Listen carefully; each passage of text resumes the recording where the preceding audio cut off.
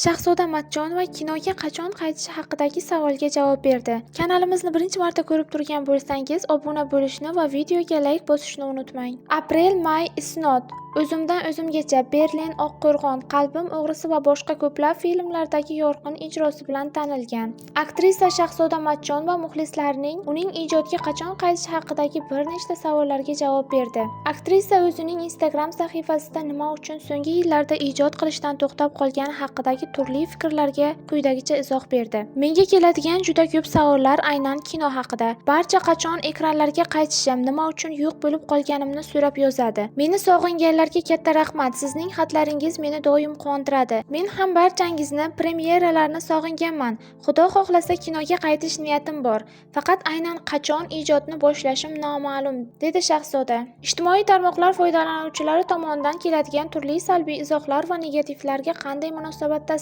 Menga nisbatan deyarli hech qanday salbiy izohni ko'rmaganman, chunki internetda unchalik faol emasman. Agar doimo Instagramda ko'rilganimda edi, negativlar ham paydo bo'lgan bo'lardi. Aslida men atrofdagilarning fikri bilan yashamayman, ularning izohlariga ahamiyat bermayman, deydi aktrisa. Erkak kishidan yaxshi sovg'a olish uchun nimalar qilish kerak? Shunchaki juftingizni chin qalbdan seving, ammo o'zingizni hammadan ortiq seving. O'zingizga bo'lgan mehr va hurmat har bir amalingizda namoyon bo'ladi. Qanday hayot kechirishingiz, o'zingizni qanday tutishingiz va o'zingizga nimani ravo ko'rishingiz, bularning barini erkak kishi tahlil qiladi. O'zini hurmat qilgan ayolni haqiqiy erkak xursand qilgisi keladi. Ammo ba'zida xasis erlarni ham uchratib turamiz. Bunday holatda siz o'zingizni mehmon qiling, sovg'alar oling va shu tariqa sizga qanday munosabat qilishlari lozimligini ko'rsatib bering. Asosiysi, biror narsani istasangiz, buni imo-ishoralar bilan emas, balki so'zlar bilan ochiq aytishga odatlaning, deya javob berdi aktrisa.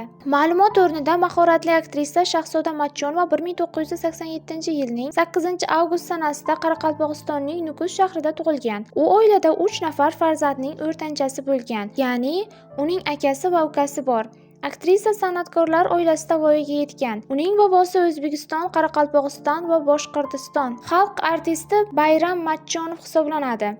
Bo'lajak aktrisa o'rta maktabni tugatganidan so'ng Toshkentdagi Jahon iqtisodiyoti va diplomatiya universitetiga o'qishga kirgan. U aktrisa bo'lish haqida umuman o'ylamagan. Oradan vaqt o'tib Shahzoda Matchonova o'zbek film direktori nazariga tushadi va shundan keyin u aktrisaga bir filmda suratga tushish uchun sinovdan o'tishi haqida aytadi. Aktrisa bunga rozi bo'ladi va borib sinovdan o'tishga harakat qiladi. Biroq undan o'ta olmagan aktrisa universitetdagi o'qishini davom ettiradi. Ko'p o'tmay rejissyor Zebo Navro'zova uning suratlarini ko'rib, kastingga taklif qiladi. Shundan keyin u kastingdan o'tadi va 2007-yilda xonanda Shohruxxon ishtirokidagi April May filmida ilk rolni ijro etadi. Ilk filmdagi rolidan keyin tomoshabinlarning e'tiboriga tushgan aktrisaga ko'plab rejissyorlar tomonidan taklif berila boshlaydi. Shundan keyin bir qator filmlarda suratga tushadi.